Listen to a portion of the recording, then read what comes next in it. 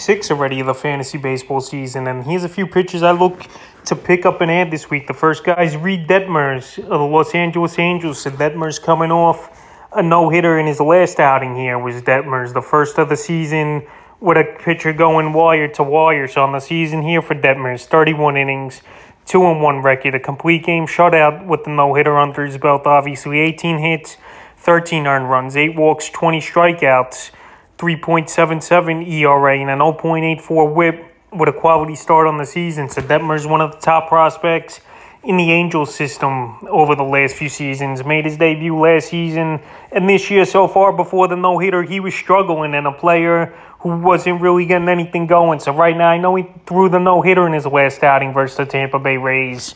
But after a game like that, usually the next outing for a pitcher who throws a no-hitter either gets bombed or has a mediocre outing. So the last few outings for Detmers, April 28th versus Cleveland, 5 innings, 2 hits, a run, a walk, 4 Ks.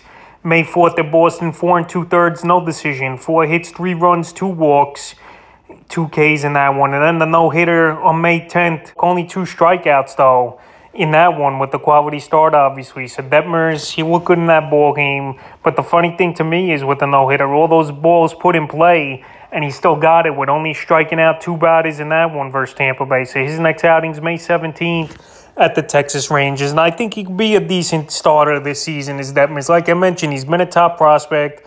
He's got the no-hitter under his belt. But he's a guy right now that so far early in his career looks like a 4 or 5 inning pitcher. So right now, widely available in 80% of fantasy leagues. I would take a shot on him this week, but I wouldn't be surprised if he reverts back to the old ways and he doesn't do much for fantasy owners. The next pitcher I look to add is Jameson Taillon of the New York Yankees. So Taillon, we know he's been a top pitching prospect in his career with the Pittsburgh Pirates, but obviously injuries have set him back a lot in his career. But the last couple seasons, he's been healthy, knock on wood, for the Yankees. And on the season, 30 2/3, 3-1 record, 33 hits, 10 earned runs, 3 walks, 25 Ks, a quality start, 2.93 ERA, and a 1.17 whip. So right here, Taillon, he's pitching good baseball. He's available in 57% of fantasy leagues. And the Yankees here, the best team in baseball right now, record-wise here. And they're going out there, they're slugging the baseball, and they're getting their pitchers run support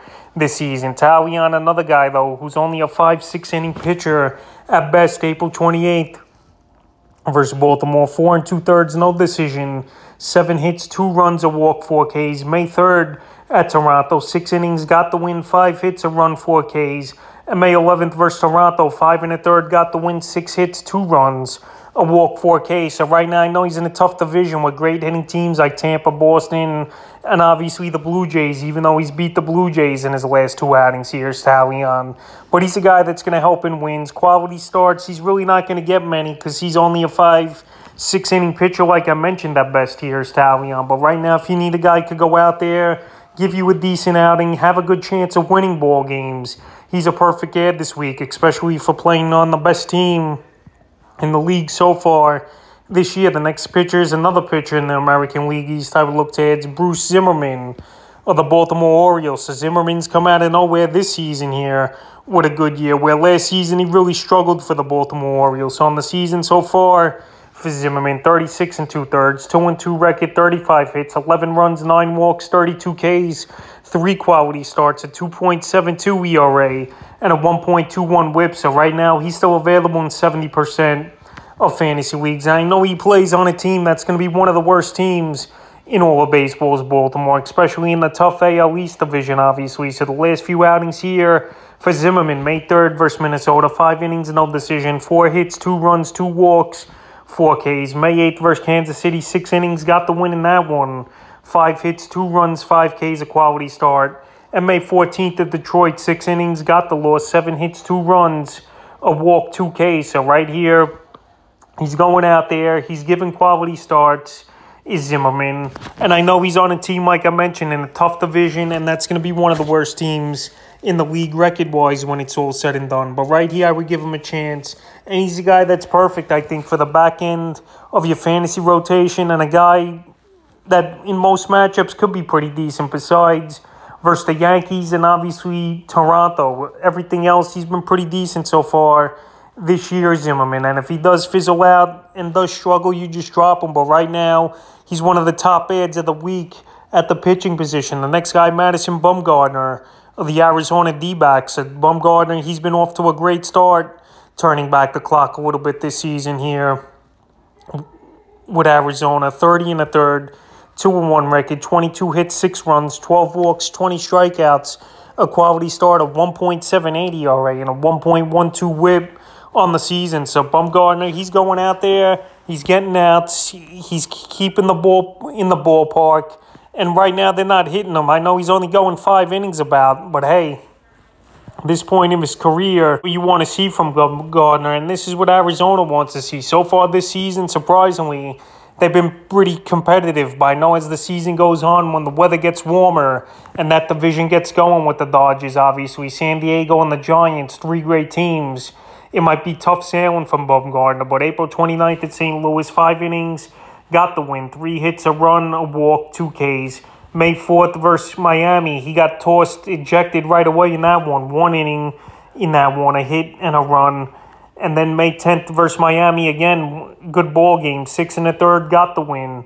6 hits, 2 runs, a walk, 5 Ks, and a quality start. So Bumgarner right now still available in 62% of fantasy leagues. And right now, while he's hot and pitching good baseball, I definitely would go out there and get him. I know in tonight's ball game at the Los Angeles Dodgers is going to be a tough one for him. But even with the tough matchup, if he's out there on your waiver wire, you definitely go out there and get him, because it's tough to find guys pitching quality baseball right now. And if he does get bombed and starts to struggle, then it's a different story and you drop him. But right now, I would give Bumgarner 2 or 3 starts before I would drop him if he struggles. But right now, he's a definite pickup this week. The next guy, Clay Holmes of the New York Yankees. So Clay Holmes, what a start it's been for him in middle relief so far for the Yankees. And right now, I know he's not the closer, even though Chapman struggled, but Holmes coming out of nowhere after he struggled throughout his career for the most part with the Pittsburgh Pirates. On the season here for Clay Holmes, 0.44 ERA on the season, 13 and a third, 4 wins, 2 saves he does have, 12 hits, 1 earned run, 2 walks, and 18 strikeouts. So Holmes, he's off to a good start. And to have 4 wins in middle relief already, that's a big number so far. And he did get added in 17% of fantasy leagues, but right now still available in 58% of fantasy leagues. So Holmes, he's more of a guy that's good for points leagues here, where he could come in, give you an inning or 2, and maybe get that win under his belt, where he'll get you a quick few points. But in terms of category leagues or rotisserie leagues, only if you want to keep your ERA down, he's pretty decent as Holmes, because I think it's a little fluky that he's got 4 wins already this season in relief, especially only 12 innings on the season. So Holmes, he's gone out there, he's pitching great baseball, obviously with the ERA at a 0.44 on the season, and he's on a great team when the New York Yankees right now are the best team in the league. So Holmes, if you want a middle reliever and a guy that's just going to help you get a few points here and there, or maybe keep your ERA down with an occasional win, because I don't think he's keeping it up at this rate, I would go out there and get him. The next pitcher I looked at this week's Mike Lorenzon of the Los Angeles Angels. So Lorenzon, he's been pretty solid in my opinion this season here. And a lot of people jumped the gun and dropped him last week in 14% after he got hit hard in one outing. So on the season here for Lorenzon, 35 and a third, 4-2 record, 28 hits, 14 earned runs, 11 walks, 24 strikeouts, already 4 quality starts, 3.57 ERA, and a 1.10 whip on the season. So right here, this Angel team, they were off to a great start as well this season with 20 wins already under their belt. And pitchers like Lorenzon, Noah Syndergaard, and Reed Detmers, who came off the no-hitter, have been pitching pretty solid so far in the early going. So the last couple outings here for Lorenzon, May 7th versus the Nats, 4 2/3, got the loss in that one, 5 hits, 5 runs, 2 walks, 7 Ks. And May 14th at Oakland, a great bounce-back ball game, 7 innings, got the win in that one, 5 hits, a run, a walk, 3 Ks. So Lorenzon, and the quality start, obviously. So Lorenzon, he went to hitting, and he's now back to pitching. And he's been pretty solid, like I mentioned, is Lorenzon. And this Angel team has been giving their pitchers some good run support as well with some of the big bats in the lineup. Obviously, Trout, Ohtani, Taylor Ward's been solid. Anthony Rendon really hasn't gotten going. But once he does, these guys can get good run support. So right now, Lorenzon's available in tons of fantasy leagues at 69%. And if he's out there in 10, 12-team leagues, I definitely would go out there and get him because he could help your roster out. And he's a guy pitching great baseball so far in the early going. The next guy, Jose Quintana of the Pittsburgh Pirates. So Jose Quintana, he's been an afterthought for the last 4 or 5 seasons, bouncing around the league with the Cubs, the Pirates, the Guardians, and now with the Pirates here, obviously. So on the season for Quintana, it's been a great year for him, no doubt about it. 30 innings, 1-1 record, 3 hits, 9 earned runs, 14 walks, 27 strikeouts, 2 quality starts, 2.20 ERA, and a 1.05 whip. So Quintana, he's just going out there, and he's throwing great baseball in the 37 innings so far here on the season is Quintana. Right now, he's available in 77% of fantasy leagues. I know the Pirates aren't going to be a good team this season, but Quintana's going out there and pitching good baseball. And by the MLB trade deadline, I'm sure a team that needs a starter, or even beforehand, they're going to trade for him. I could even see a team like the New York Mets try to make a deal here now. With Tyler McGill going on the injured list, Jacob deGrom, still no timetable for his return, and they need another guy in that rotation. So it wouldn't surprise me to see a team sooner than later with injuries or a contender that needs one more starter to bolster their rotation make a deal for Quintana. So May 4th at Detroit, 5 innings in that one, no decision, 4 hits, 2 runs, a walk, 3 Ks. May 9th versus the Dodgers, 6 innings, got the win. 2 hits, no runs, 4 walks, 5 Ks, a quality start. And then a gem he threw in yesterday's ball game versus the 9-win Reds, 7 innings, no decision. 3 hits, no runs, a walk, 5 Ks, a quality start. So Quintana, he's going out there and he's mowing teams down. The only thing is he's not going to get a lot of wins, obviously, with a poor Pittsburgh Pirate team that he's on. But if he gets traded to a contender and keeps up this pitching, obviously he's going to be a good-time starter for fantasy owners, but obviously still worth the ad, even on Pittsburgh. The next guy's Hanjin Ryu with the Toronto Blue Jays. So Ryu just coming off the injured list, and so far he got off to a slow start this season. 12 innings, 15 hits, 12 runs, 3 walks, and 8 Ks, and not much to report here. But obviously we've seen him have top-of-the-line stuff in his career with the Dodgers, and even in the early going the last couple seasons with the Blue Jays. So the first few outings of the season for him, April 10th versus Texas, 3 1/3, no decision, 5 hits, 6 runs, 2 walks, 4 Ks. April 16th versus Oakland, 4 innings, no decision, 6 hits, 5 runs. Okay, and then in his return ball game, May 14th, 4 2/3, no decision at Tampa. 4 hits, a run, a walk, 3 Ks. So right here, he's getting back into the thick of things. He plays for a great offense over there in Toronto, and I definitely would give Ryu a shot here. He definitely could bounce back. He definitely could be pitching good baseball. And right now, he's available, surprisingly, in 56% of fantasy leagues. So his next outing will be sometime either Friday or Saturday in the upcoming week. Here's Ryu.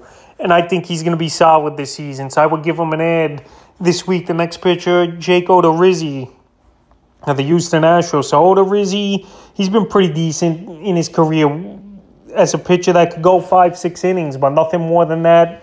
And that's exactly what he's doing this season once again for Houston. 3rd time around the order is where Odorizzi gets in trouble. But on the season, 26 2/3, 3 2 record, 22 hits, 10 earned runs, 11 walks, 17 Ks, and 2 quality starts. So last season, same type of thing with Odorizzi. Houston tried limited him 5-6 innings at most, and so far it's working once again this season. Before second half last year is where he started getting hit. April 26th at Texas, 6 innings, got the win. A hit, a run, a walk, 4 Ks, a quality start. May 2nd versus Seattle, 6 2/3, got the win. 4 hits, no runs, a walk, 3 Ks, a quality start. And May 8th versus Detroit, 5 innings in that one, got the win again. 1 hit, no runs, 2 walks, 5 Ks. So Odorizzi right now, he's available in tons of fantasy leagues at 67%. If you need a guy that could give you some innings, not give up many runs and many hits, but also not go deep into ball games, I think he's a pretty good ad, even though tonight he's got a tough matchup at the Red Sox. But go out there and get Odorizzi, and if he reverts to not going deep into games and getting it hard, then you drop him. But right now, he's a good pickup this week, and the final guy I look to pick up at the pitching position is the first and only closer I have on this list this week. So Emilio Pagano, the Minnesota Twins. So Pagano obviously in the trade early in the season. And Pierre going to the Twins for Trevor Rogers on the season here. for Pagano. 11 2/3 on the season. 1-1 record, 5 saves, 15 Ks, a 1.59 ERA, and a 1.40 whip with 14 strikeouts and 10 walks and 2 earned runs. So Pagano available in 31% of fantasy leagues. And the Twins, they're playing good baseball so far this season. So if you need a close, I think Pagano's going to be the guy over there in Minnesota. I know Duran was getting some saves and stuff, but it looks like he's got the spot right now, is Pagano. He's a veteran. He's a guy that has some closer experience, obviously, throughout his career. And now Minnesota's been using him in that role. So if he's available in your fantasy league and you need a guy to get a save or two a week and be pretty decent in terms of ERA, I think Pagano's a good add. So that's a few pitchers I look to add here. Week 6 of the fantasy baseball season.